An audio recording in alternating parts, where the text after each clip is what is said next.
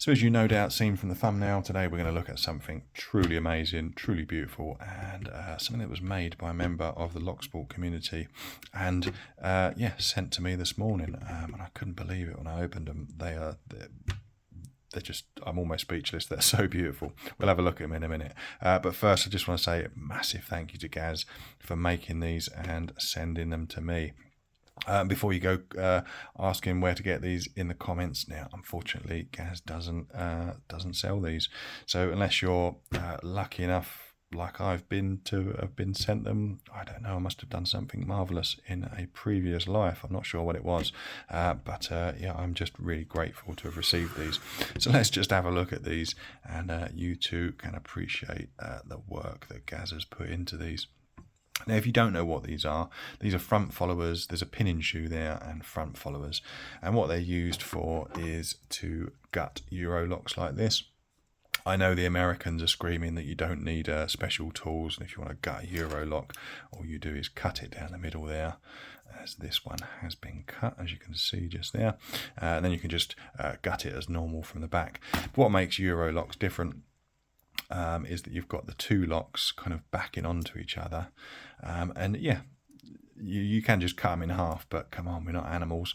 And you might have a really nice Euro lock, not that this was a really nice Euro lock, but you might have a really nice one and you might not want to cut it. And with a couple of tools like this, it's not as difficult as you might think to gut them.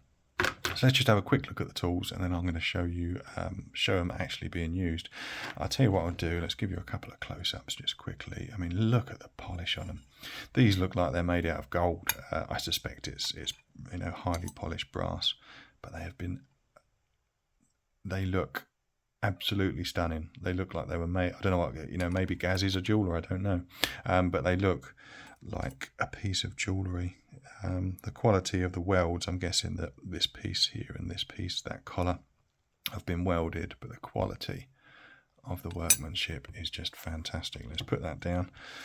I'm going to use these tweezers so you don't have to look at my crusty fingertips, and also so I won't mark them with my dirty fingerprints as well. So yeah, polished brass. You've got that sleeve there, you've got the collar, then you've got these little posts which we can use to turn. And then you've got that sort of hole cut down out at the bottom, and this twisted hole that goes down it there. Now, I didn't realise that Gaz was going to send me two, and along with a pin-in shoe as well. Excuse me, but what he's done is with Euros, you get the 5-pin Euros and 6-pin. That one's a 6-pin, as you can count, 6 caps on the top there. So I think that's the longer ones for the 6-pin, the shorter ones for the 5, but essentially they're exactly the same, except that this part here is just a bit shorter on that one, longer on that one. And then we've got this outstanding pin-in shoe. As you can see there, it's made of like a pearlescent opal that's been, you know, really well made and really well polished. Got that channel cut out just there, and on the front, get your crusty fingers out of the way. You've got this brass insert with a grub screw in it just there, and Gaz kindly sent me a little Allen key for the set as well. So if you loosen that there, that little bar can be adjusted, and you'll see why we need to do that in just a minute when we go to use them.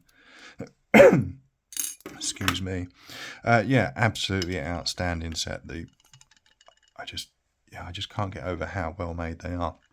It's almost a shame to put these to use, because you know that the acid and grease from my fingertips is going to tarnish that brass over time, and they're probably going to get scratched. But I mean, they are tools used for working. But yeah, just take a second to appreciate how beautiful they are. Absolutely awesome. Anyway, let's see how these tools fare, and we'll try and gut this Euro cylinder. So the only tools we're going to need are the tweezers.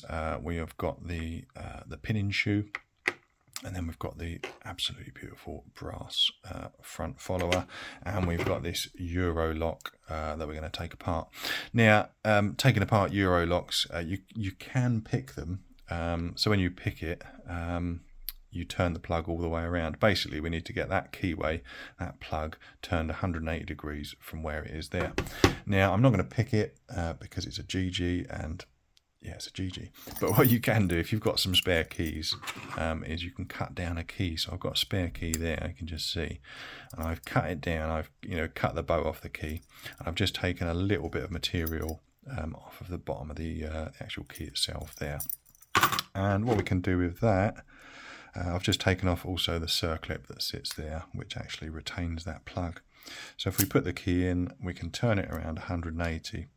And where we've taken that little bit off the keyway, we've got a tiny little gap in there. What we can do is use this beautiful pinning shoe to sort of slide in there, just like that.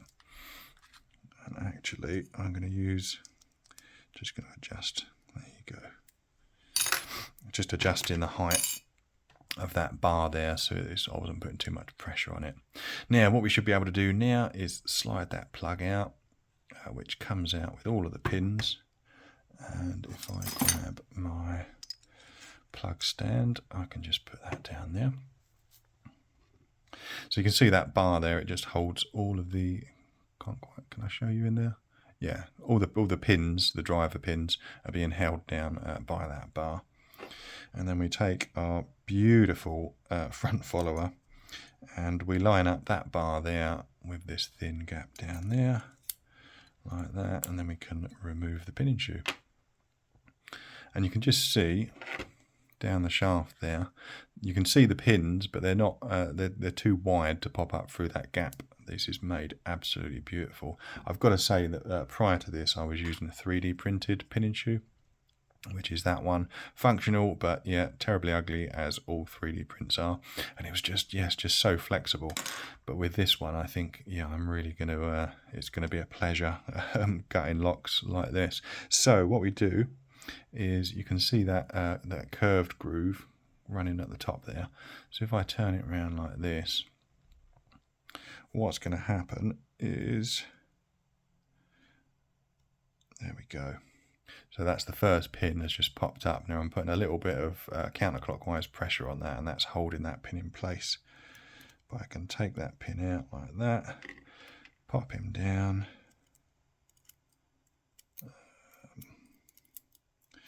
take that spring out, which is easier said than done, especially when you're filming. There we go, and you can just see that hole there, that hole for the first one. If we carry on turning it around, the next pin is going to pop up. Just like that. You can see I'm just trapping him in there. And we can take him out. Oh, don't want him rolling away. And you can just carry on like that, you know, turning it all the way around until all the pins are out. And then to reassemble is the opposite of that procedure. I do have a video showing you how to do this. I'll leave a little link to it out there. I'm not going to fully gut this Euro. But if you do want to see how these work, normally I'll leave a little link up there. I'm just going to go ahead and put this one back again before these pins roll away. So we just push him in there. And again, put a little bit of pressure on that arm there. That's what it's for. Push him down and we'll got that first hole again. I think the trickiest bit of using any front followers is putting the springs in. Because they're just so difficult to hold with tweezers. Come on, get in there. Behave yourself. There he goes, dropped him in there, grab that pin, push him down in the hole, a little bit of pressure on that arm and that pin is locked in place. Push him all the way down, turn that front follower around until that groove lines up with the pins again. We put our pinning shoe in, we slide the follower out, and then we should just be able to get that plug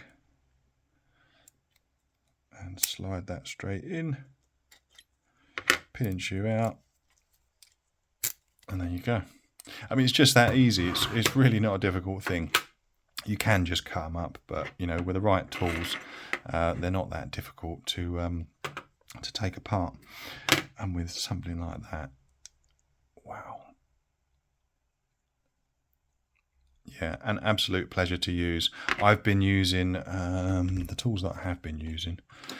I showed you the 3D printed one, and then I got this kind of crappy pinning shoe from I can't remember which kit I got that from, but either way, it works. It worked. It did the job, but due to the flexibility of both of these, actually, I did struggle to use them. But that was an absolute. Get you in focus. That was an absolute pleasure to use. They are absolutely fantastic. Let's just grab that other one there.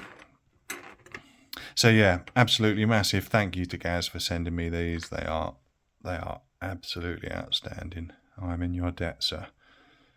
And I'm going to really look forward to using these. I think having the right tools, it's just a pleasure to do jobs with them if you've got the right tools. But if you haven't got the right tools, it can be a real struggle.